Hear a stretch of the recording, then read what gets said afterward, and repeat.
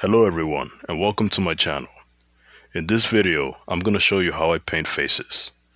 This is part 1 of a series of videos where I will show you how I paint different skin tones for both men and women. Here I have the head of a Warhammer 40k Katachan warrior, and I will begin by priming him. After allowing the primer to fully dry, I chose to use Vallejo's dark sand color as my base coat.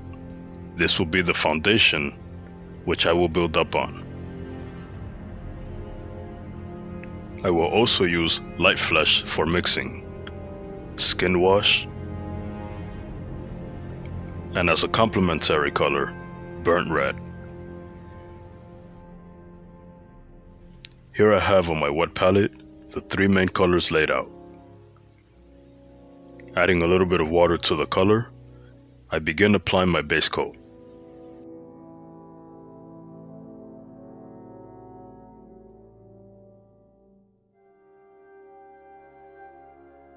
Now that the base coat is fully dried, let's add a wash. Using the ink wash, I apply generously because I want all these details, all the masculine details on his face, to really pop when I add all the highlights. If you decide to use a wash, you can go as heavy as you want or as lighter as you want, depending on the tone you're looking for. The wash is all dried up. Now I will go back with the base coat and paint about 85% of his face.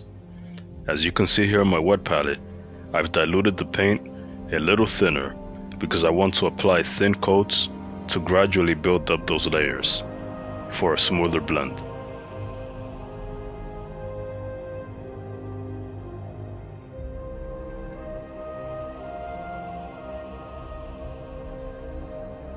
The goal here is not to paint the entire face, but most of the raised areas. And as we go along with each highlight, we will paint a little bit less of those raised areas, the ones that are closer and more exposed to the light.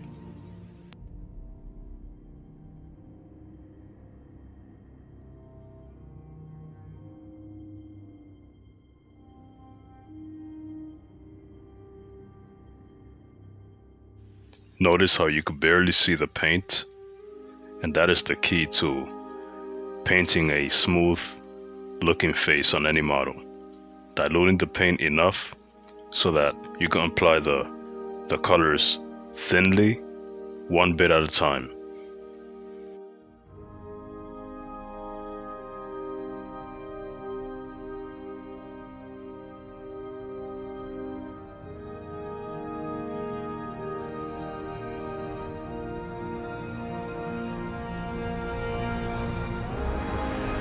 Although I don't have a high definition camera, you can still see the definitions already revealing themselves with these simple steps.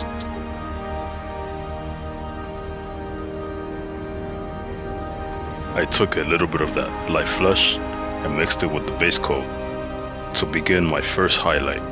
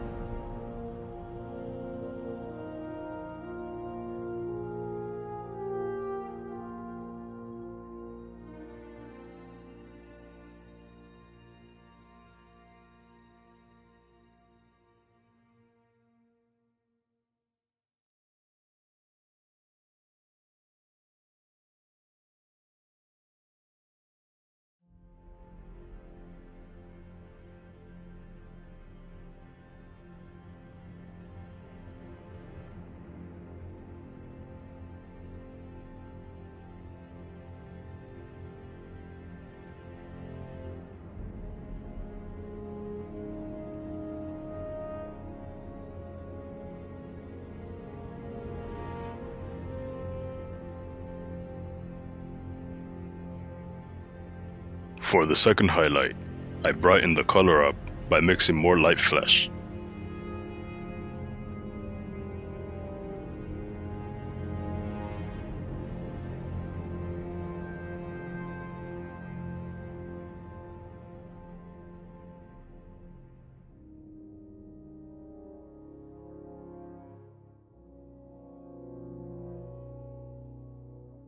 As I mentioned earlier, as I gradually go up in tones, I want to get closer to the center of his face as opposed to the outside.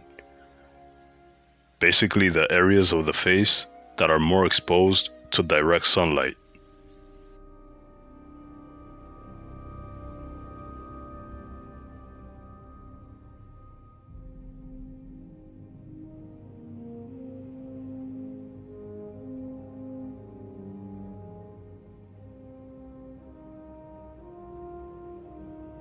You can choose to select 2 highlight tones and leave it as that, but I always like to go further and add 3 to give it that extra pop.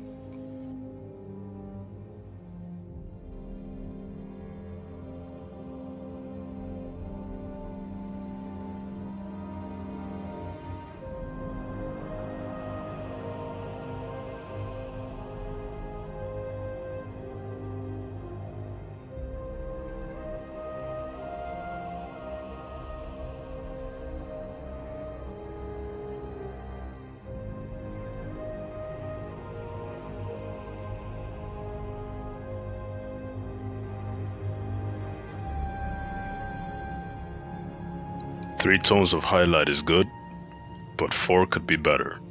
So now I'm just gonna go directly with the light flesh and just touch up on the very top parts of those exposed facial features.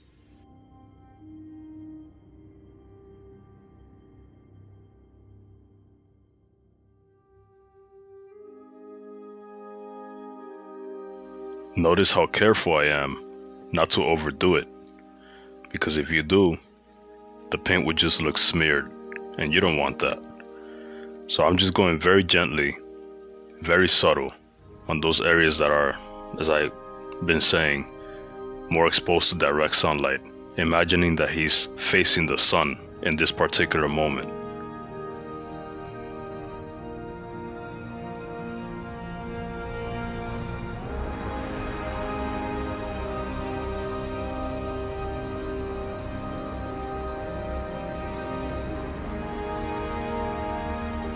Here's that optional step, or the complementary color. Most professional miniature model painters would agree with me that using some red to add to your model's face goes a long way. If you want to simulate blood circulation or just give your model some life, using a little bit of it, diluting it very thinly and applying it in areas such as under the neck, between the ears, under the cheeks, on top of the jawline, inside the nose, connecting to the bone of the nose. This gives it that extra nice pop, and all those highlights you just gave to the model will really stand out. If you notice the artists during the period of the Renaissance, all of the portraits of people they painted, they used a lot of green, red, yellows, and even magenta.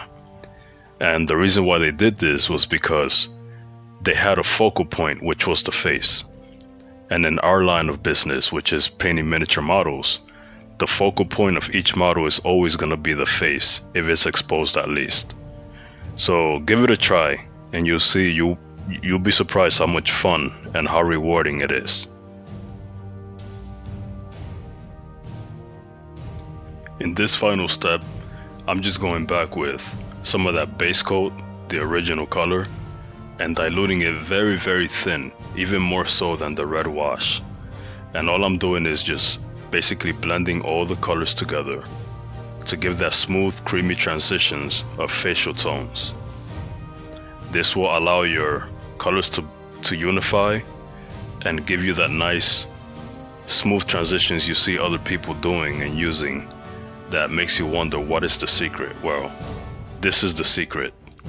It's just a little bit of wet blending, glazing, but you don't have to do too much of it to make it look good. You just have to give it a try and take your time with it. And I promise you, you will be able to do this.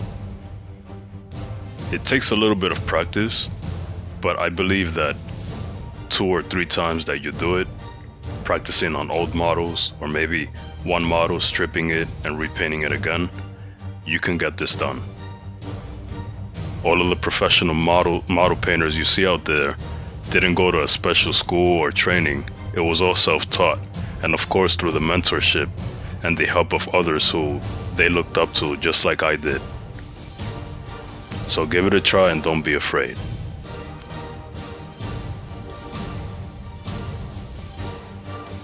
The following slideshow, you will see everything I just showed you from the beginning to the end results. Also, some works that I've done in the past using the same exact steps and slight variations to each one, which I will be showing in these series of videos that I said I was gonna do. I will also be covering eyes, how to paint eyes and ways you can cut corners to make it easier for you. And I hope you really enjoyed this video, although there's many tutorials out there on how to do this. I encourage you to give it a try. Thank you for watching, and I'll see you guys on the next episode.